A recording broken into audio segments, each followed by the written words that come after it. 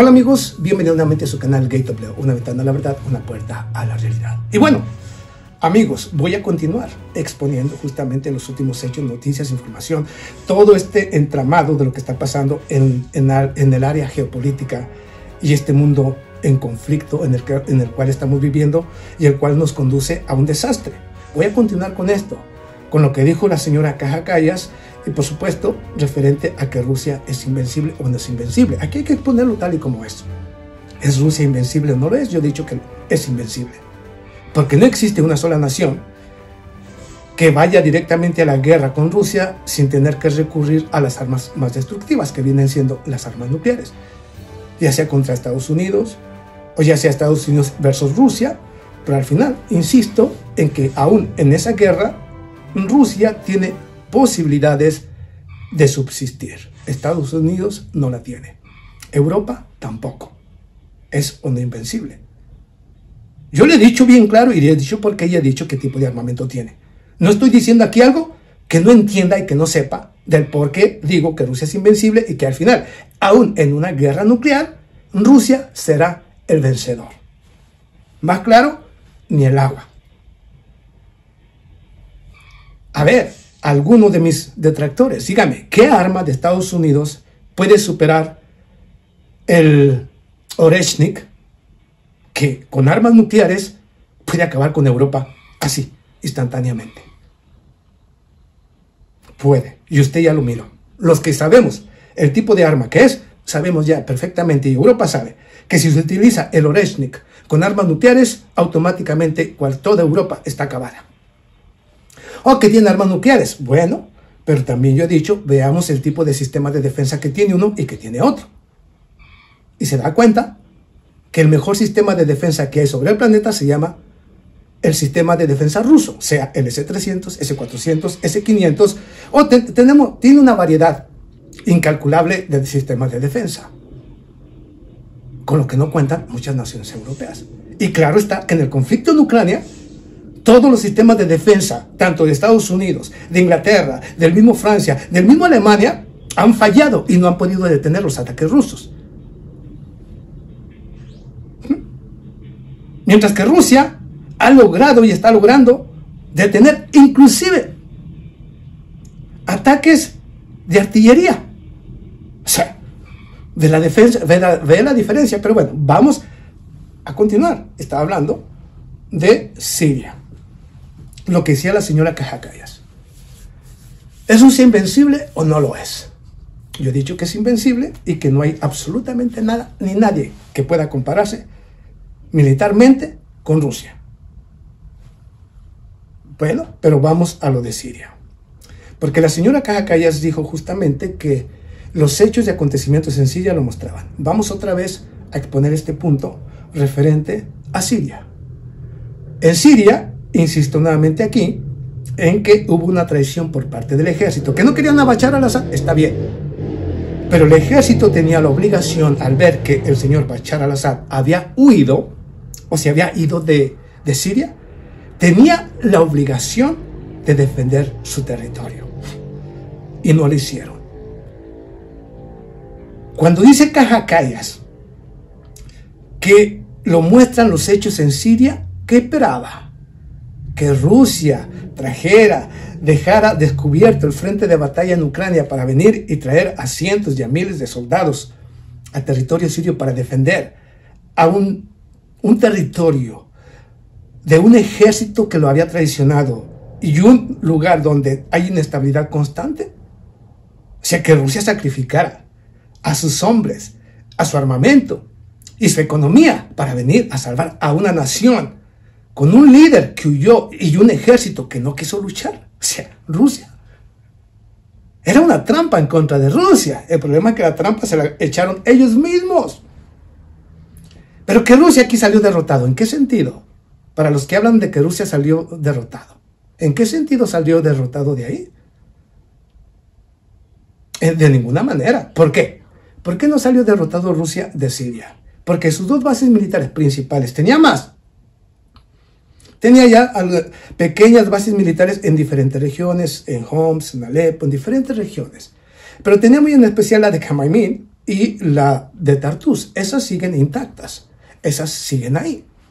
O que ha transferido mucho armamento de esas diferentes bases que tenía en diferentes regiones de Siria y la ha movilizado a otras regiones, sí, pero sus dos bases principales que aún tiene están todavía ahí.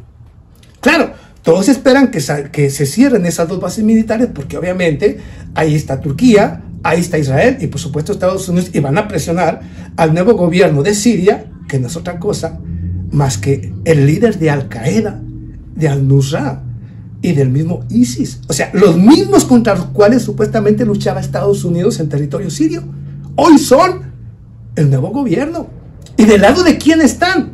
De los patrocinadores, de Israel, de Turquía y de Estados Unidos. Para que vayas entendiendo la hipocresía y doble estándar y cómo funciona el terrorismo. Y cómo Europa, de un mundo basado en reglas donde todo vale, obviamente, ya todo vale, por lo tanto, ahora lavándole el rostro.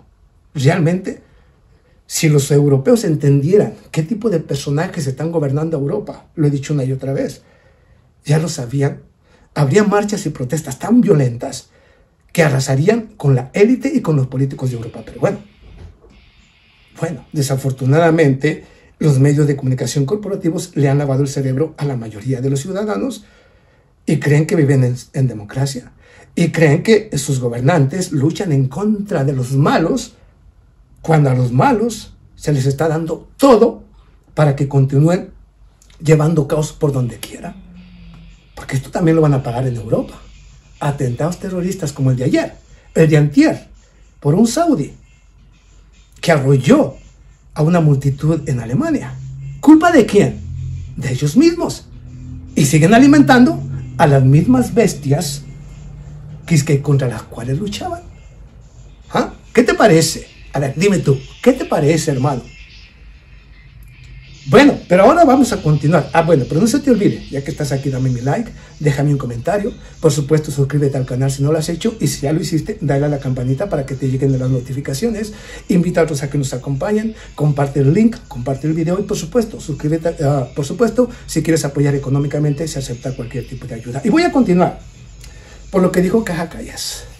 Esto para seguir empujando a Europa hacia un enfrentamiento con Rusia, puesto que el señor Emmanuel Macron insiste, y ahora se reunieron en Bruselas, hoy siguen reunidos en Bruselas, los diferentes, se puede decir, ministros de exteriores de Europa, para buscar un consenso en el cual las naciones europeas puedan mandar supuestamente un contingente militar de paz al frente allá en Ucrania. Porque, como les he dicho, su servidor Valdo Quiñones. O sea, todo esto que estamos mirando de Europa, por un lado, contingente militar al frente allá en Ucrania, supuestamente en donde el señor Donald Trump va a detener el conflicto cuando se detenga el conflicto. Un conflicto que no se va a detener, sino que se va a acelerar, yo le he dicho. Pero, ¿por qué creo para el año 2025? Aquí vamos.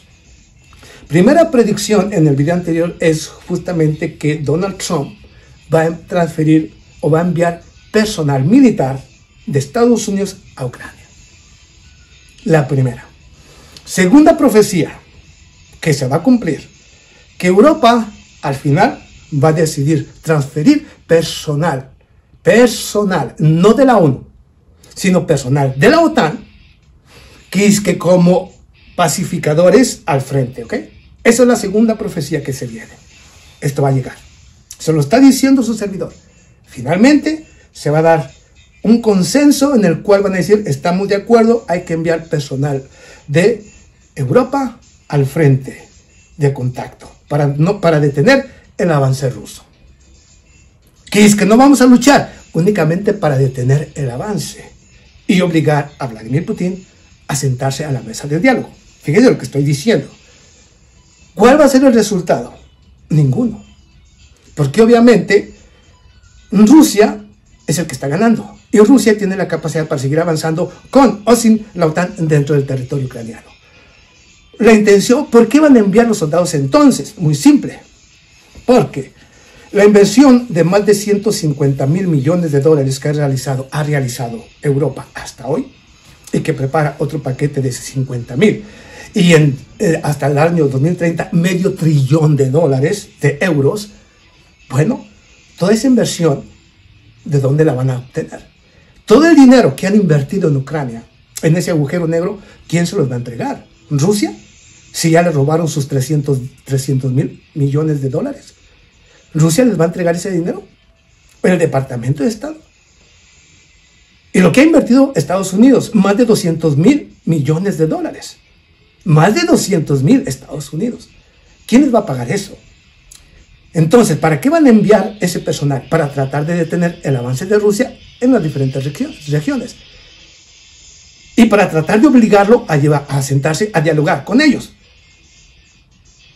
Y al mismo tiempo para tratar de exigir que Rusia no se quede con partes de esos territorios que ya tiene prácticamente asegurados.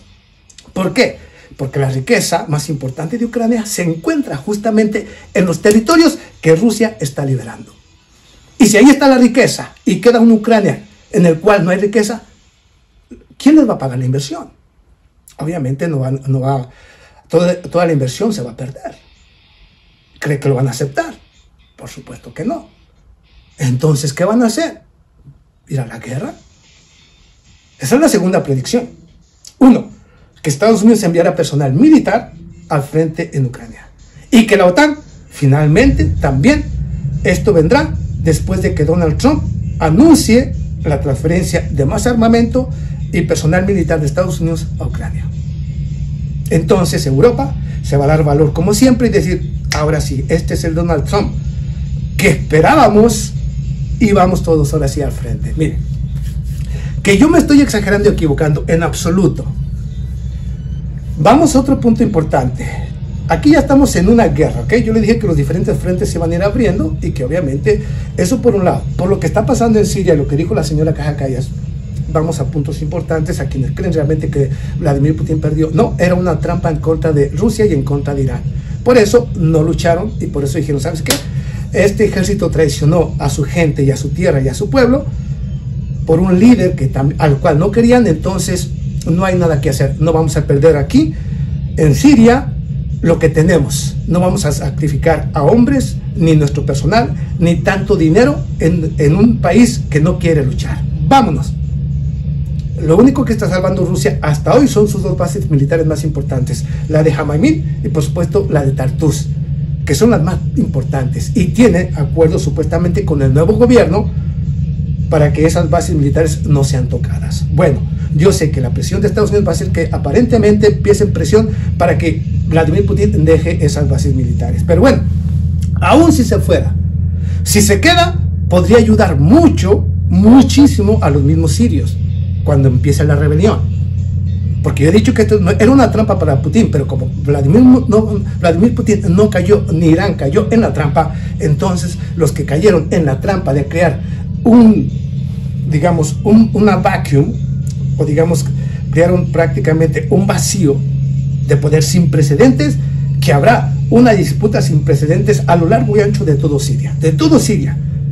Como lo dijo, y reitero nuevamente aquí, habrá y surgirán diferentes facciones, grupos de oposición, grupos mercenarios y de todo tipo de personas y de diferentes regiones y religiones, que va a haber un caos generalizado en el mismo Siria. Y más grupos de resistencia, especialmente los sirios. Cuando los sirios se den cuenta de lo que les pasó y lo que les está pasando, van a brincar y van a surgir muchísimas guerrillas que van a hacer que en Siria no haya un solo día de orden. Y esto va a afectar tanto a Israel, a Jordania, al mismo Irak y toda la región. Entonces, Vladimir Putin lo único que le conviene es mantener sus bases militares y que se maten entre ellos. Los turcos con los kurdos y los kurdos apoyados por Estados Unidos, y que se vayan matando entre sí y que haya un enfrentamiento entre Turquía y por supuesto Estados Unidos y el mismo Israel, porque al final va a llegar.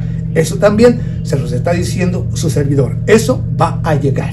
Entonces, para Vladimir Putin no pierde absolutamente nada, sino todo lo contrario. Ahora, parte de esos territorios que supuestamente tenía, de esas bases militares que abandonó ya Rusia de otras regiones, no la de Tartus, no la de Hamaimim, que son las más importantes y las primeras, y donde realmente se encuentra el poder de Rusia en Siria. No, ahora vamos aquí.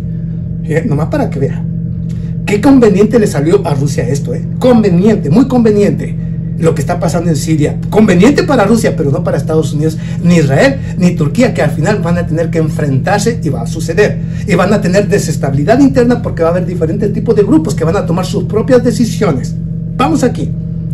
Por lo de Rusia. Rusia transporta equipamiento militar desde Siria a Libia, Mali y Sudán.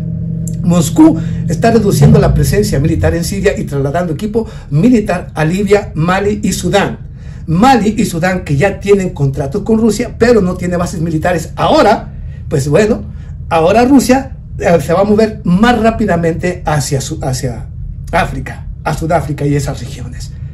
Pero fíjate a dónde, a Mali, que es muy importante, a Sudán, que también entran en el Mar Negro y en diferentes mares, pero muy en especial, obviamente, en Libia, que le da la apertura, como el mismo Siria, a los diferentes mares. Mientras que mantenga las de Siria y abra nuevas allí en Yemen, prácticamente Vladimir Putin incrementa su influencia a lo largo y ancho de todos los mares, tanto regionales como de otras regiones, ¿ok? A ver, ¿quién ganó entonces? ¿Ganó Vladimir Putin o ganó Estados Unidos? Voy a continuar con esto. Ok, muchos de mis detractores dirán, no, pero en Yemen han advertido, no, allá en Libia han advertido a Rusia que no transfiera personal ni armas a su territorio. Pero ¿quién lo dice? No olvide usted, amigo, seguidor y suscriptor de este su canal, que Libia fue destrozada por la OTAN y Estados Unidos. Que no hay estabilidad, que también culpa de lo que pasó en Libia es lo que está pasando también en Siria. Que esos mismos grupos de mercenarios, de yihadistas, apoyados por Occidente entonces para tumbar al señor Muammar Gaddafi, son los que se movieron hacia el mismo Siria. Estamos hablando de lo que ellos llaman el terrorismo. Hoy, todo apoyado, financiado y dirigido por Estados Unidos. Los campeones que van luchando por el mundo, por la libertad y la democracia y en contra de la maldad. Imagínate tú, imagínate tú. Bueno, pues esos mismos son los que están en Siria, pero estamos hablando de las bases militares en Libia por parte de Rusia. Como es un gobierno también, una región inestable, todo Libia está inestable, hay dos diferentes gobiernos, pues resulta que el más importante, el que controla Trípoli, la capital, es un aliado de Rusia. Hablo del señor, del coronel Haftar, que fue obviamente uno de los principales, se puede decir, dirigentes del ejército libio con el señor Muammar Gaddafi. El señor Haftar, que es el que controla parte del territorio justamente de Libia, es con el cual el gobierno del señor Vladimir Putin tiene una cercanía, tiene acuerdos y es ahí a donde se va a movilizar. Y esto beneficia al gobierno del señor Haftar dentro de Trípoli, porque al final, ya con la presencia de Rusia, lo mismo que hizo con Siria, puede apoyar a ese gobierno a que empiece a acabar con las diferentes facciones que están luchando en Libia y tratar de limpiar nuevamente al territorio libio. Ojalá y así sea. Pero sí, con la presencia de Rusia en territorio de Libia, es posible que el gobierno que representa los intereses de Libia y de Muammar Gaddafi pueda avanzar más rápidamente en poner más orden y control en Libia. Entonces, Rusia ganó en Siria. ¿Sí o no?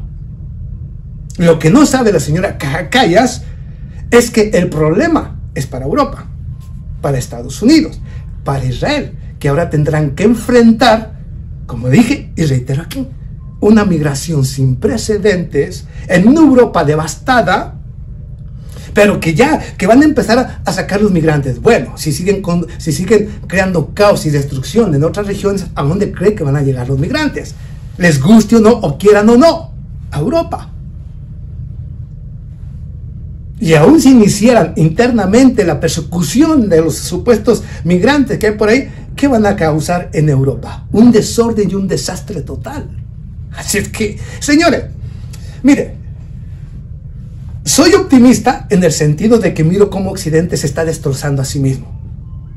soy pesimista porque en su locura y destrucción tienen que ir a la guerra para tratar de acabar y detener la locura que ellos mismos crearon. La locura que ellos mismos crearon. Ahora vamos a lo que dijo Vladimir Putin referente a si estamos en una tercera guerra mundial. Esto es muy importante, señores.